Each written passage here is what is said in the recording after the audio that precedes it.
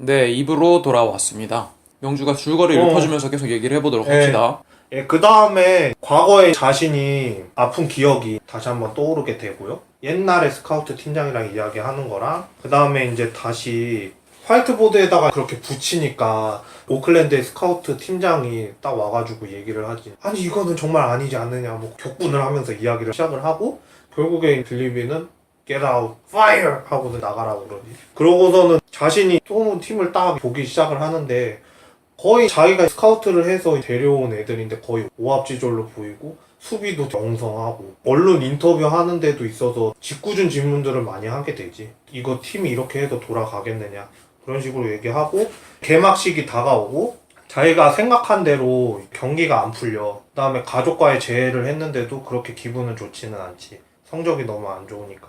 그래서 1차 트레이드를 통해서 팀의 주축인 애들 2명을 빼. 1루수인 페냐라는 선수랑 처음에 얘기했던 제이슨 지안비가 있고 제레미 지안비가 동생이지, 있는데 동생. 동생 지안비도 트레이드로 보내버려. 그러고서는 자신이 원했던 1루수를 갖다가 쓰자고 감독한테 강하게 압박을 하고 이 정도가 중반에 초쯤이 될 것 같아요.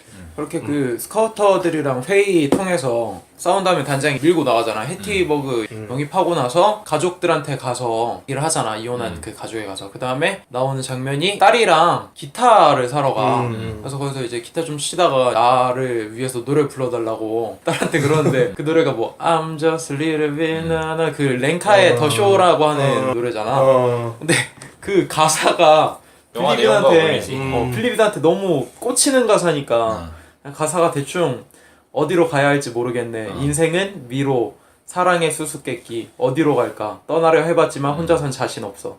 왜 그럴까 난 길을 잃은 작은 소녀 두려움을 남에게 보이긴 싫어. 인생은 너무 어려워. 그래서 난 어려워. 이제 걱정은 떨쳐버릴래. 이 쇼를 즐길 거야. 뭐 이런 내용인데 가사가 나올 때 바뀌는 브래드 피트의 표정도 너무 재밌고 기타를 치면서 딸이 노래가 딱 끝나자마자 박수를 치면서 화면이 전환돼. 브래드 피트의 과거로. 그러면서 과거에 자기가 어떤 상처가 있는지 쭉 보여줘. 회상하는 장면으로. 그리고 나서 그게 끝나자마자 스카우터가 바로 뭐라고 하지. 나이 많은 스카우터가.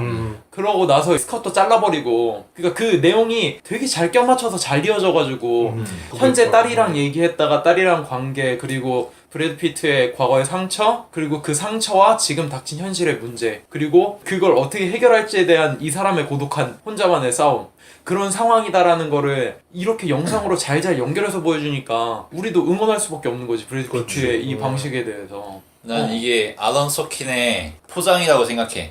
사실 이 영화는 드라마가 아니야. 아까도 얘기했지만 야구 드라마가 아니란 말이야. 오히려 야구 드라마의 파괴지.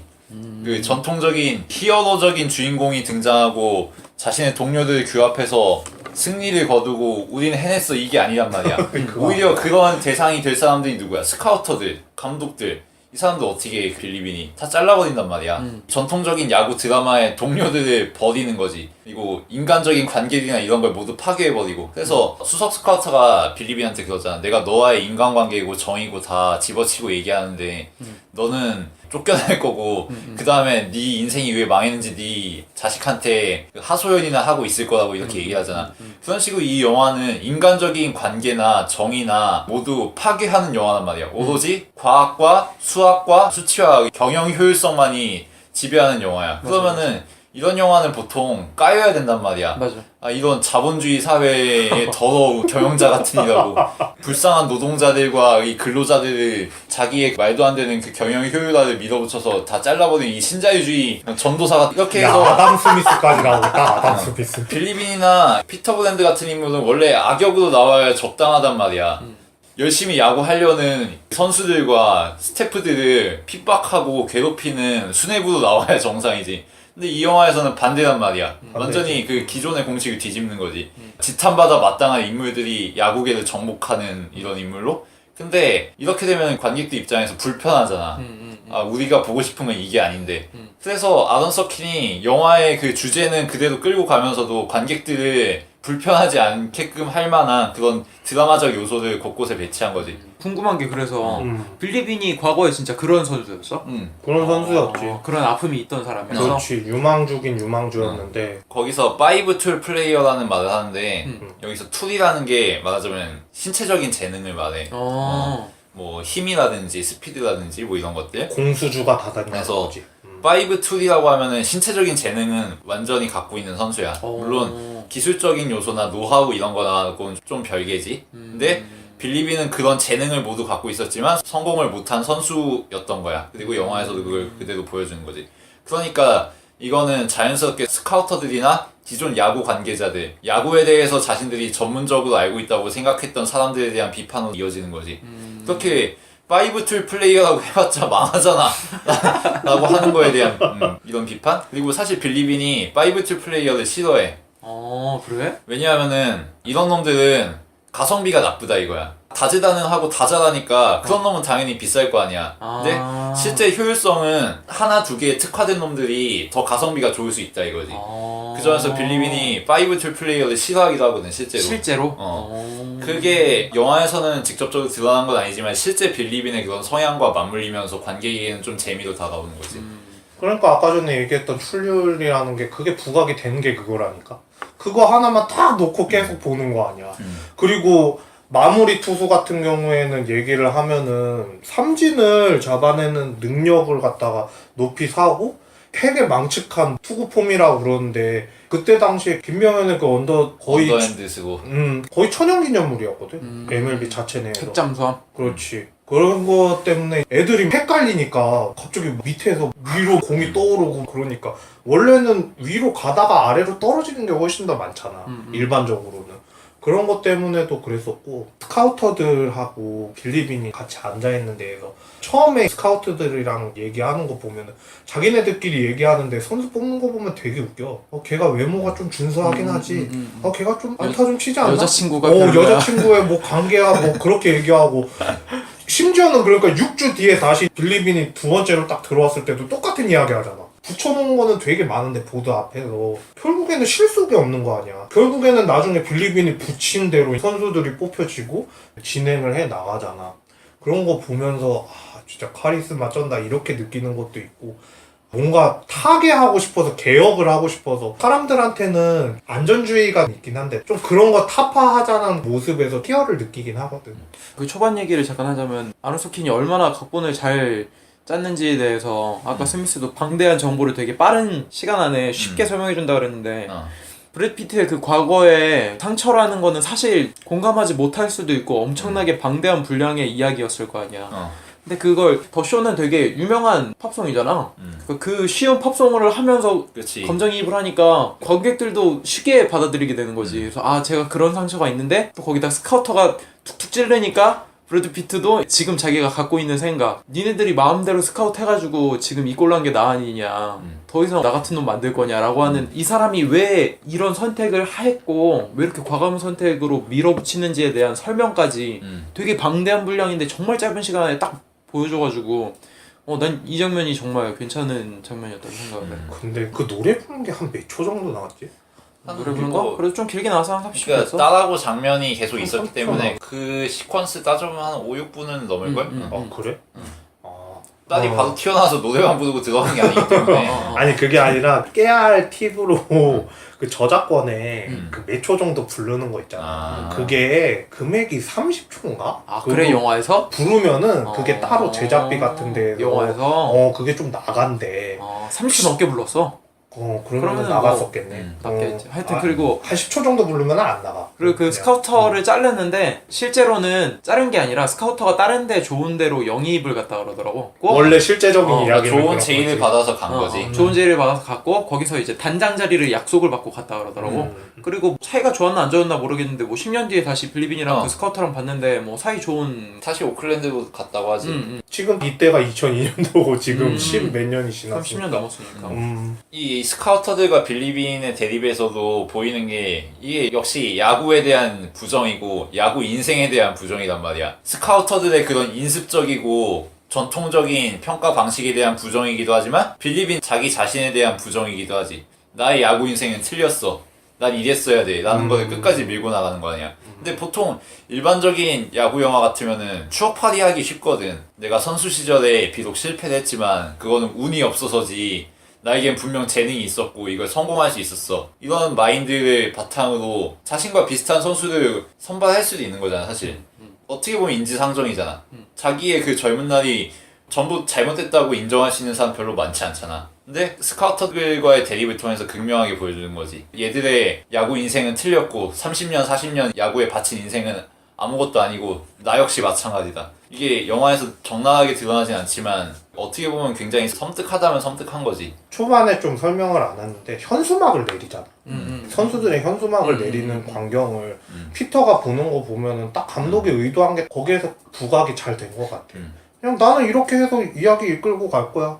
니네들도 한번 따라와봐. 그런 식으로 가는 거였기 때문에 그렇고, 페냐나 지안비 같은 경우에도 이때도 완전 주축 선수들이었거든. 한 명은 내가 기억하기로는 디트로이트 가가지고 잘 뛰었었던 걸로 기억을 해. 그 페냐 같은 경우에는 처음에는 잘했다가 좀 시간 지나니까 못해가지고 마이너리그 갔다가 트레이드 된 거였지. 제레미 그러니까 지안비는 영화에서는 계속 잘하고 막 올스타급으로 나가려는 선수도 이렇게 바꿔치기 한 걸로 나오지만 뭐 실제로는 이미 좀 망조가 보이는 뭐 이런 상황이었다고 해. 야, 너 축구 말고 야구도 보냐? 나 오늘 내가 말 많이 할 줄 알았거든. 야구에 대해서 진짜 많이 보네. 둘 다 많아 사실. 나는 잘 듣고 있어. 아니, 뭐 야구를 많이 보진 않지만 세이버매트릭스는 공부하지. 아, 세이버 매트릭스. 세이버매트릭스에 대해서 설명을 좀 해야 될 것 같은데 이 영화의 중요한 키워드이기도 하고 이 세이버매트릭스라는 거는 수학적이고 통계학적인 방법론을 통해서 야구 선수를 평가하는 방법을 말하는데 빌 제임스라는 사람이 이 분야의 선구자예요. 그래서 이 사람이 야구 전문가가 아니야. 야구 경력도 아무것도 없어. 그냥 야구 팬이야. 그 사람이 머니볼 만든 사람이야? 아니야. 머니볼이라는 거는 따로 그냥 책이잖아. 그러니까 세이버 매트릭스라는 그런 통계학적인 선수 평가 방법론을 기반으로 해서 그 시초적으로 채택한 게 오클랜드 애슬레틱스인 거고 그 과정을 책으로 낸 게 머니볼인 거지. 아 그렇구나. 왜 머니볼이냐면은 가성비를 따진다 이거지. 이 머니볼은.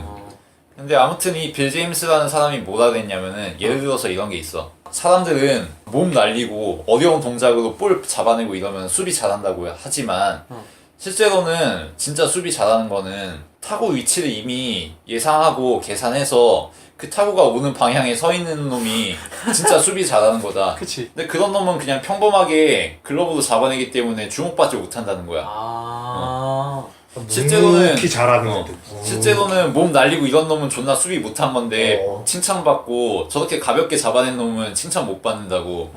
이런 걸 보면은 우리의 눈을 부정해야 된다 이런 얘기 하거든 이 사람은. 우리의 눈은 정말 불확실한 물건이기 때문에 눈으로 평가할 게 아니라 수치와 통계를 가지고 평가해야 된다 이런 얘기를 하거든. 그러면서 야 너네 3할 타자하고 2할 7푼 5리 타자면은 존나 차이 많이 날 것 같지 이런 얘기해.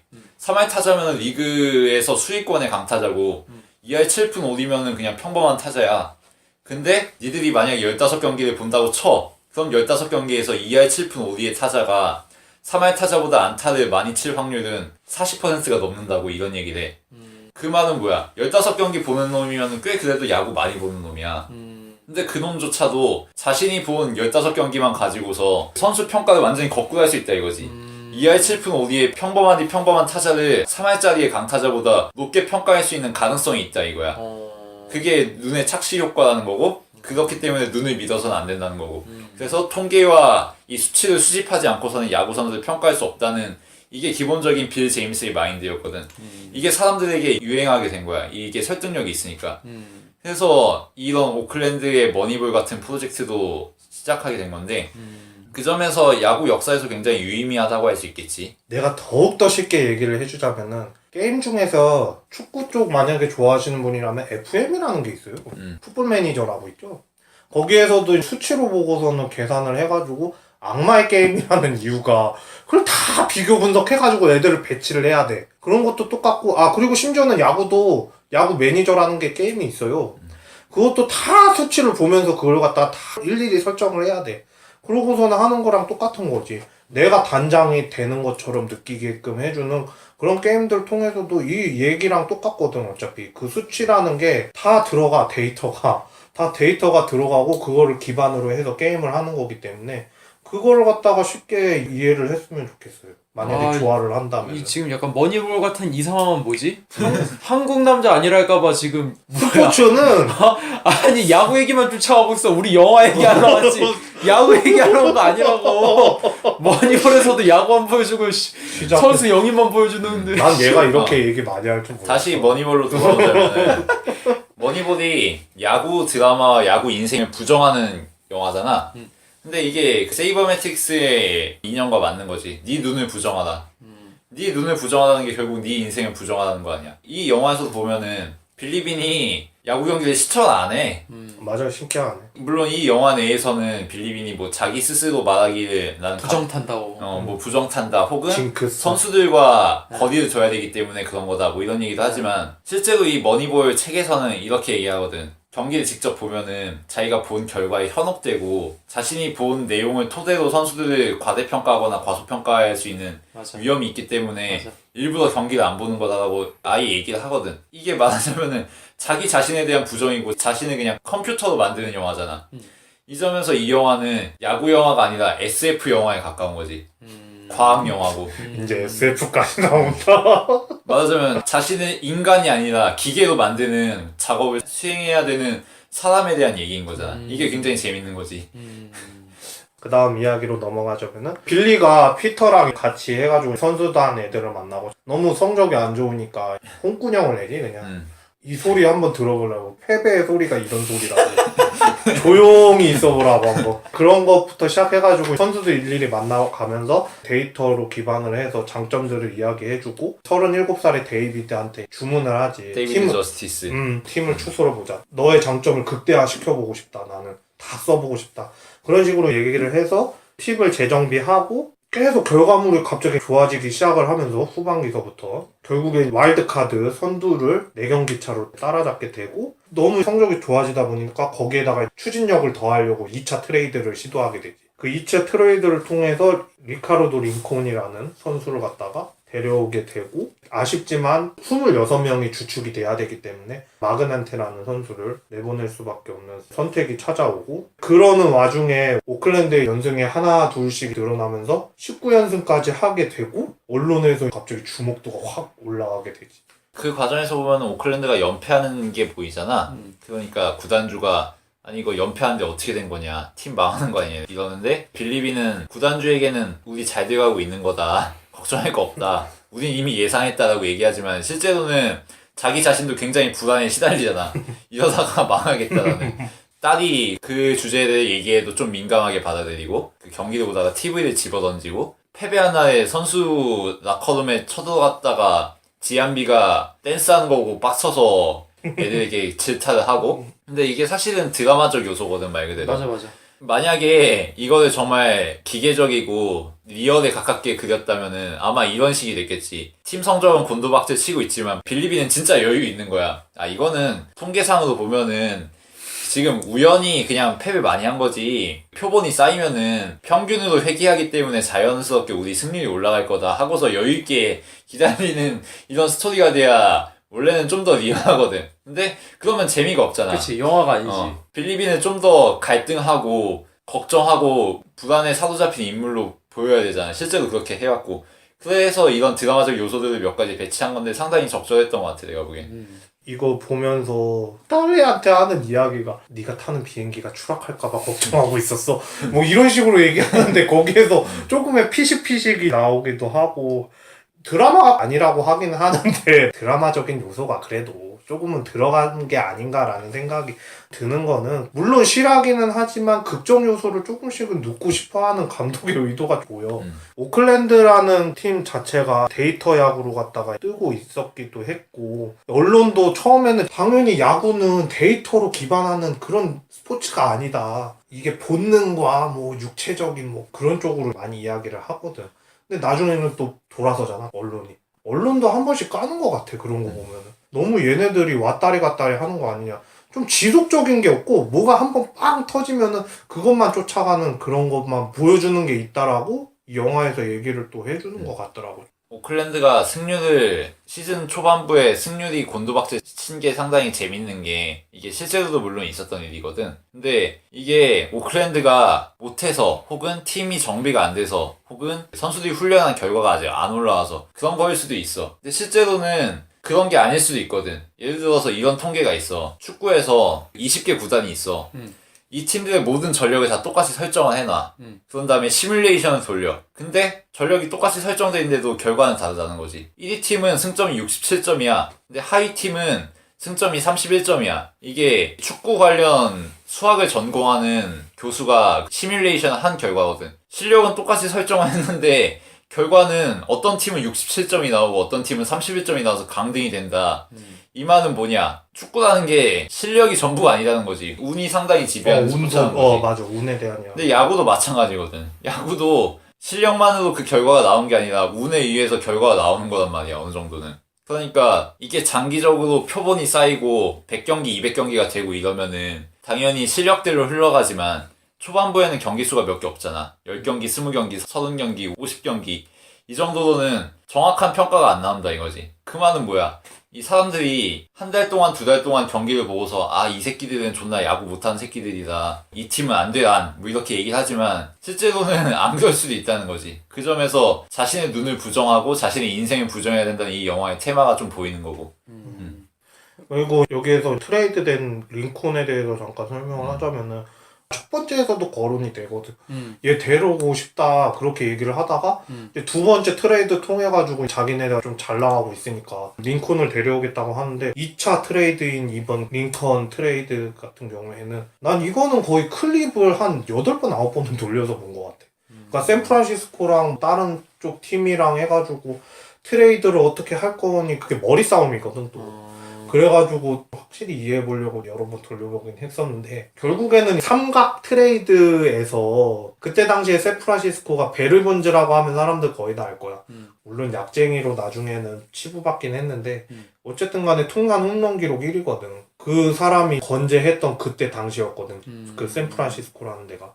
그쪽은 트레이드 할 필요도 없었거든. 그 사람들을 그냥 걸고 넘어진 거야. 다른 팀에서 링컨을 빼오려고. 그런 식으로 하는 거 보면은 전략적인 거라든가 그런 것도 잘 보여지고 나는 흥미진진했었던 것 같아. 그렇게 하면서 봤었던 것 같아. 그리고 그 음료수는 그 사실과는 다르다고 하더라고. 사실은 그냥 준다고 하더라고. 라디오스타 같은 데에서 들어보면 추신수가 메이저리그 얘기해주면서 잼 이야기를 하거든. WA에서는 잼을 거기는 그냥 두 가지 땅콩버터 주고 샌드위치 주고. 뭐 메이저리그는 완전 부패 막 메이저리그 선수들은 상당히 귀족적인 대접을 받지. 그러니까 저기 지금 콘센트가 2개 있는데 클리블랜드 있었을 땐 1개밖에 없다고. 자기는 양키스를 가고 싶은 게 콘센트 2개 꽂혀져 있는데 가고 싶다고. 그런 식으로 얘기를 한 것처럼 진짜 그게 구단마다 그게 조금 재정적인 게 차이가 조금은 있었나 봐.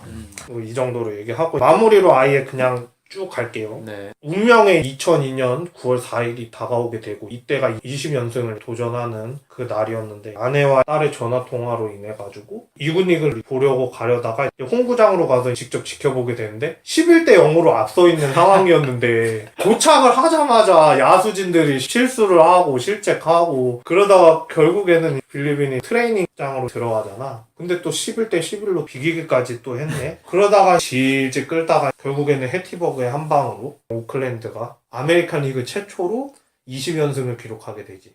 그 후에 플레이오프에 진출한 오클랜드가 미네소타 트웨이스라는 팀한테 져가지고 플레이오프에 탈락을 하게 되고 그 다음에 보스턴 단장으로 그 스카우트 제의를 받게 되고 피터 브랜드랑 이야기를 하는 도중에 내가 이런 제의를 받았는데 어떻게 결정했을 것 같냐 뭐 그런 이야기들을 통해서 있다가 피터가 어떤 한 영상을 보여주게 되고 그 영상을 보여주고 난 뒤에 생각을 많이 하게 된 빌리빈이 야구장을 한 바퀴 돌다가 쓰러지는 장면도 나오지 루상에. 그러다가 마지막 장면에서는 차를 타고 가는 도중에 딸이 준 CD를 갖다가 노래를 들으면서 이야기가 끝나게 되죠. 예. 그러니까 아메리칸 리그 20연승이라는 게 얼마나 대단한 거냐면은 아메리칸 리그는 지명타자 제도라고 그래가지고 투수 대신에 한 명이 타자가 들어가서 치는 게 있단 말이야. 우리나라 지금 리그랑 똑같단 말이야.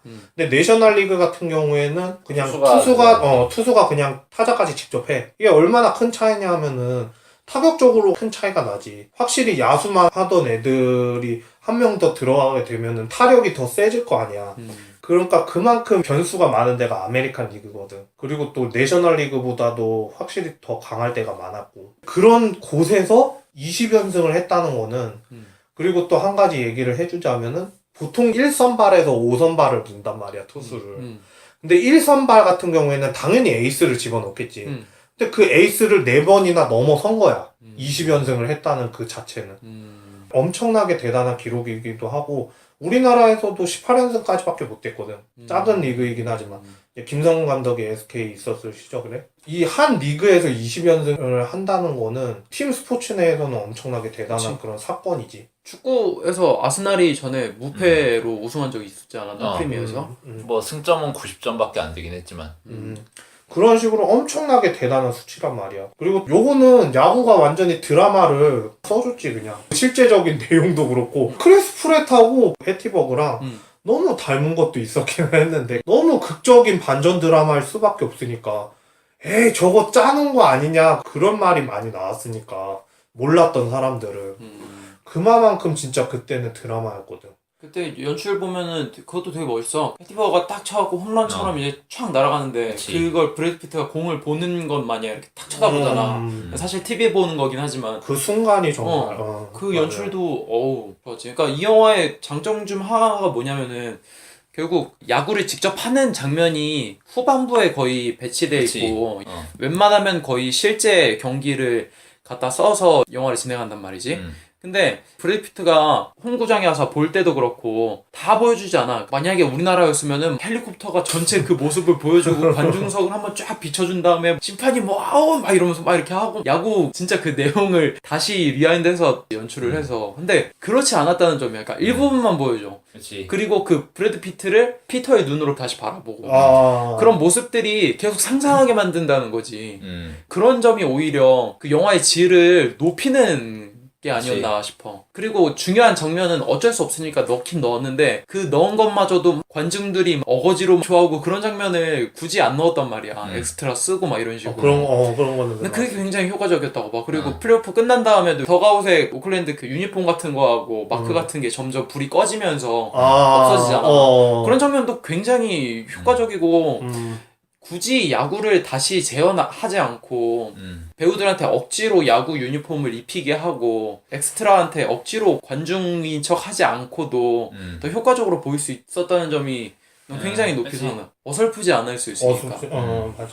그래서 그것 때문에 많이 오히려 감정적으로 많이 상상하면서 보게 되지 않나. 이 영화의 클라이막스는 분명히 오클랜드가 20연승을 달성하는 순간인데 사실 이 클라이막스는 제한적인 클라이막스지. 왜냐면은 바로 직후에 오클랜드가 플레이오프에서 졌다는 걸 보여주거든. 그러면서 야구는 숫자로 하는 게 아니죠. 뭐 이런 해설자의 멘트 들려주고 또 나오고.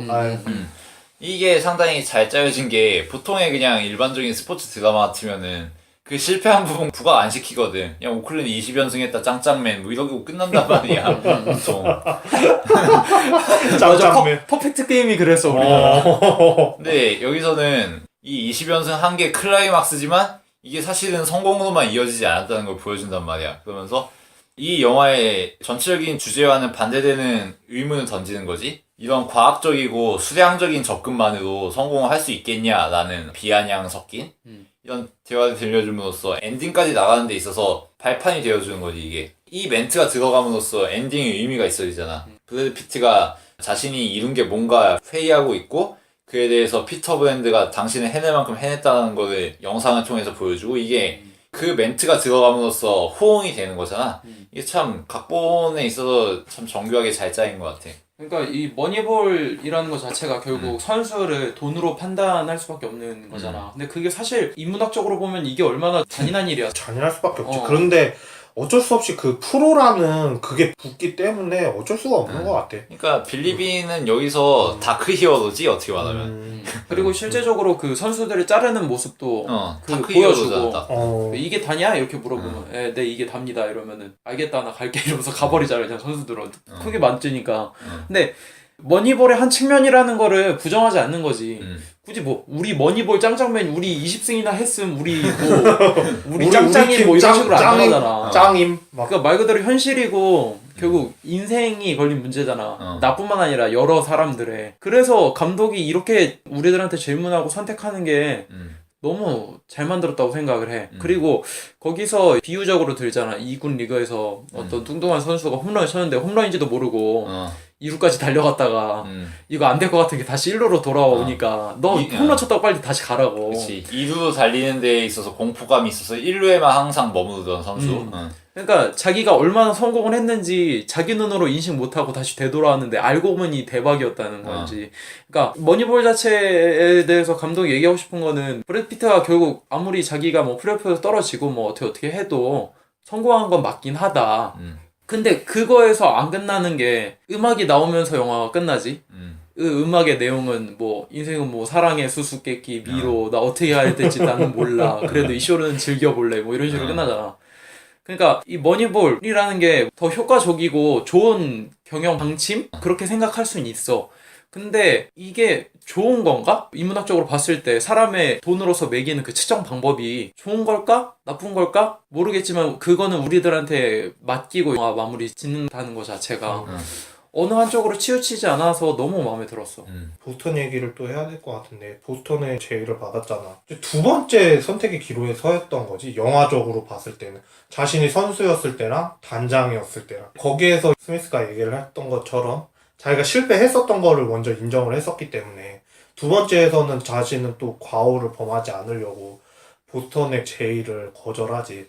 나는 그런데 그 종이에 도대체 액수가 얼마나 적혀 있는지는 모르겠으나 이름이 널리 알려졌으니까 지금도 MLB에 빌리빈 하면은 야구 팬들이라면은 거의 다 알거든. 그러니까 우리나라에도 그 단장한테 빌리 장석이라고 이제 붙여주는 것처럼 말했었던 것처럼 마지막에 결론을 우리에게 주고 끝내기는 하는데 그 빌리빈이라는 사람이 정말 나는 도박사인 것 같아. 물론 환율 있는 게임을 해야 되니까 그런 거에 있어서는 나는 정말 치밀한 전략가라고 생각을 하고 근데 막상 아쉬운 거는 영화가 끝나고 나서 실제적인 지금 상황도 알잖아. 오클랜드가 저 영화가 나오고 나서 우승을 한 번도 못했어요. 그전엔 했어? 그전에도 한 적이 있었는데 그게 너무 오래된 일이었지. 그리고 내가 좋아하는 팀인 두산도 맨날 만년 2위 했단 말이야. SK한테 발목 잡히고 삼성한테 발목 잡히고 막 그런 거 보면서 달관한 거지. 그냥 달관하면서 봤는데 나도 야구를 좋아하니까 스포츠 중에서 작심처럼 보는데 축구도 보고 뭐 야구도 보고 배구 뭐 농구 다 보는데 크리켓 빼고는 내가 웬만한 거 다 알거든. 크리켓이라고 야외에서 하는 그런 스포츠 말고 이런 스포츠가 사람들한테는 취향 영화라고 얘기를 할 수도 있기는 하겠는데 루즈하게 진행되고 이게 말만 계속하고 나한테는 전혀 그런 게 동질감이 느껴지지 않는다 그런 식으로 얘기는 할 수 있겠지만 말했던 경영방침이라든가 아니면은 사람을 대하는 그런 기술이라든가 그런 거는 나는 효과적으로 다뤘던 것 같아서 스포츠 영화 중에서는 짱이 아니었나 생각을 해. 마무리를 그러면 나는 이거는 5점. 무조건적으로 5점. 왜냐하면은 사람들이 한 번쯤은 봤으면 좋겠어. 내가 이거를 12년도에 나온 작품인데 채널 CGV라든가 그런 데 나오면은 밥 먹다가도 그냥 봐. 나는 그런 거 같아 그냥. 이거 심심풀이로 보는데도 뭔가 거부감이 없어. 그냥 또 봐도 난 그냥 오래간만에 보는데 또 재밌네? 그러면서 보는 영화라도 그런 것도 있고 취향적인 부분에 있어서 야구를 좋아하는 사람의 입장으로서도 좋고 실화를 다룬 것 중에서는 거의 최고지 않았나. 나는 한 번쯤 꼭 봤으면 좋겠어 사람들이. 나는 브래드 피트의 이런 연기가 너무 좋아. 미스터 스미스는 그거나 벤자민 버튼 같은 느낌의 영화 너무 잘하긴 하거든. 바스터즈 이런 것도. 근데 사실 그런 역할은 내가 그렇게 원하는 역할이 아니야. 브래드 피트가 하는 연기 중에. 브래드 피트의 파이트클럽이나 세븐 같은 작품 너무 좋아하니까. 근데 지금 이것도 사실 그와 연장선에 갈 수 있을 만한 느낌의 영화잖아. 너무 좋아. 이런 연기 너무 좋아서. 나도 좋아. 너무 좋아. 너무 잘 해내고 그리고 그만큼 배우들을 압도하는 느낌도 있고 물론 각본 자체가 괜찮게 흘러가서 이입을 할 수밖에 없지만 그리고 보는 내내 어느 하나 흥미를 떨어뜨릴 요소가 하나도 없으니까 보면서 내가 게임하는 것 같은 느낌이 또 들고 아마 이렇게 하면은 뭐 그냥 뭐 가성비 좋은 애들 막 쓰면은 뭐 그냥 팀 짱짱 되겠네 뭐 이런 느낌. 근데 현실은 현실이다. 하여튼 야구를 잘 몰라서 오히려 더 재밌게 본 영화가 아닌가. 야구를 너무나도 매니악하게 잘 알았다면은 저건 사실이랑 다른데? 영화 재밌게 만들려고 저런 식으로 사실을 왜곡하나? 막 이렇게 봤을 수도 있을 것 같아. 그래서 너무나도 괜찮게 봤고 근래 나온 스포츠 영화 중에선 거의 최고가 아닌가. 우리나라도 약간 이런 식의 영화가 또 나와도 좋지 않을까? 나는 우리나라 야구 영화도 많이 보긴 했는데 그것도 되게 재밌게 봤거든. 해가 서쪽에서 뜬다면? 임창정 나왔던 그거랑 스카우트. 한국 영화도 굉장히 좋게 보고 옛날 영화도 많이 봤는데 우리나라도 약간 스포츠 영화 중에 이렇게 좀 감동을 줄 수 있을 영화가 있었다면 나 우생순 같은 감동은 너무 싫어. 우생순 같은 감동 말고 그거는 이런 진짜 리얼리티로 갔으면 더 좋았지. 나 오히려 우생순 그 영화보다는 실제 경기를 나도 봤거든. 아, 그러니까. 그때 오히려 그게 더 그러니까. 감동이었어. 그게 확실히 당연하지 그거는. 너무 영화는 심파 쪽으로 너무 좋아하니까 막 못 보겠더라고 나중에. 무슨 소리가 나와도. 하여튼 나도 5점을 주고 싶은 영화입니다. 뭐 이 영화를 정리하자면은 아까도 얘기했듯이 빌리빈이 MLB의 다크나이트가 되는 영화지. 전통적인 스포츠 드라마의 히어로가 아니라 정말 야구를 부정하고 야구 인생을 부정하고 자신의 눈과 판단과 가치관을 부정하는 인물이 등장해서 모든 인간관계를 파괴하고 오로지 경영 효율성의 입장에서 모든 걸 판단하는 이런 영화잖아. 그럼에도 불구하고 그게 드라마가 된다는 거. 그게 참 각본의 포장이 상당히 잘 됐다고 생각을 하고 그럼에도 불구하고 화두는 분명하지. 우리는 기계가 되어야 되느냐 이런 거잖아. 결국은 자신의 인간적인 면모와 인간성을 부정하고서 기계적인 판단으로 나갈지 말지를 보여주는 영화인데 물론 이 영화에서 브래드 피트는 굉장히 담백하게 기계가 되지. 근데 그거를 좀 더 다이나믹하게 풀어냈으면 어땠을까. 좀 더 작중에 빌리비돈 등장하는 브래드 피트가 양쪽의 갈등 축에서 좀 더 방황하고 좀 더 극심한 불안을 느끼고 그냥 나의 경영 방침이 통했으니까 주먹 휘두르고 이런 게 아니라 그럴 수가 있잖아. 나의 오클랜드는 성공을 거뒀지만 자신의 인생이 부정당한 거에 대해서 양가 감정을 느끼는 씁쓸함을 느끼는 이런 걸 좀 더 부각시켰으면은 훨씬 더 재밌지 않았을까. 그러니까 오클랜드의 성공을 보면서도 자기 스스로는 허탈함을 느끼고 내 인생이 텅 빈 것 같고 이런 공허감을 느끼면 좀 더 재밌지 않았을까 싶어. 그 점에서 어쩔 수 없는 할리우드 패턴을 좀 따라갔다는 느낌이 좀 없잖아 있고 좀 더 깊은 얘기를 할 수 있었으니까. 이 오클랜드가 20연승 하는 걸 보면서 빌리빈이 우는 걸 넣는 거야 예를 들어서 이 눈물의 의미는 여러 가지가 될 수 있지 정말. 그런 거였으면 좀 더 재밌지 않았을까 싶어.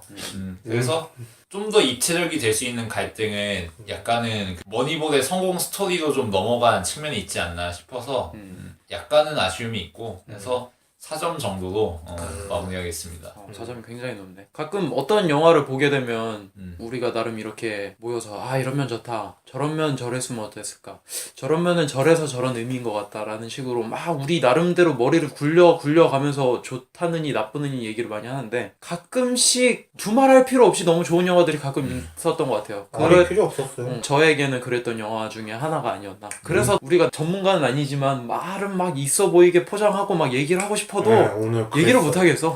난 오늘 그랬었던 것 같아. 오늘은 얘가 입축구하고 있잖아. 입야구 시간이었어 오늘. 오히려 외적인 야구 얘기나 뭐 이렇게 얘기 현실인을 많이 했는데 얘기하고. 야구를 좋아하는 사람의 입장으로서도 그렇고 야알못의 입장에서도 그렇고. 막 이제 허구라가 나와가지고 허구연 해설위원을 허구라라고 많이 부르는데 그런 사람들도 되게 애정이 있고 뭐 그렇다고 하긴 한데 나도 좋아하는 사람들의 못지 않다고 생각은 하거든. 막 하이라이트 같은 것도 보고 막 여러 가지 보기도 보는데 근데 그만의 또 스포츠의 맛이라는 게 있으니까 또 그리고 솔직히가 얘기를 했었던 것처럼 한국 남자의 특징인 것 같아. 스포츠 보는 거 좋아하면서 자기가 감독이 되는 거지. 야, 쟤 빼라고, 쟤 빼라고. 혼수질하고. 혼수질하고 있고 막. 오늘은 좀 그랬었던 것 같아. 그거는 인정한다, 확실히 그거는. 하여튼 오늘 말로 설명하기 어려울 정도로 많이 괜찮았던 영화, 좋았던 영화 머니볼이었습니다. 그냥 닥치고 한번 보세요. 저는 그랬으면 제가 좋겠어요. 평소에는 안 하지만 오늘 같은 경우에 마무리 멘트를 좀 준비해왔는데 보통 축구에서는 잉글랜드 대표팀이 개그 코드로 많이 쓰여요. 뭐 선수진은 좋은데 항상 월드컵이나 유로 이런 무대에서 부진하니까. 근데 그거에 대해서 사커노믹스라는 책에서 이런 말을 남긴 게 있어요. 잉글랜드의 전력은 월드컵에서 우승을 하던 시절이나 월드컵 16강에서 탈락하던 때나 별반 다르지 않다. 팬들과 미디어들만이 괜히 존재하지 않은 원인을 찾아내려고 애쓸 뿐이다. 블랙스완의 저자인 금융투자가 니콜라스 탈레브는 이렇게 말했다. 우리는 끊임없이 우연에 속고 있다. 신경과학적으로 말하자면 인간의 이성적인 뇌는 원인이 없는 곳임에도 불구하고 그릇된 원인을 찾으려고 하는 뇌의 감성에 기만당한다. 결론은 이렇다. 오늘 잉글랜드가 이길 것인가 질 것인가를 결정하는 것은 우연이다. 오늘 이렇게 마무리하도록 하겠습니다. 들어주셔서 감사합니다.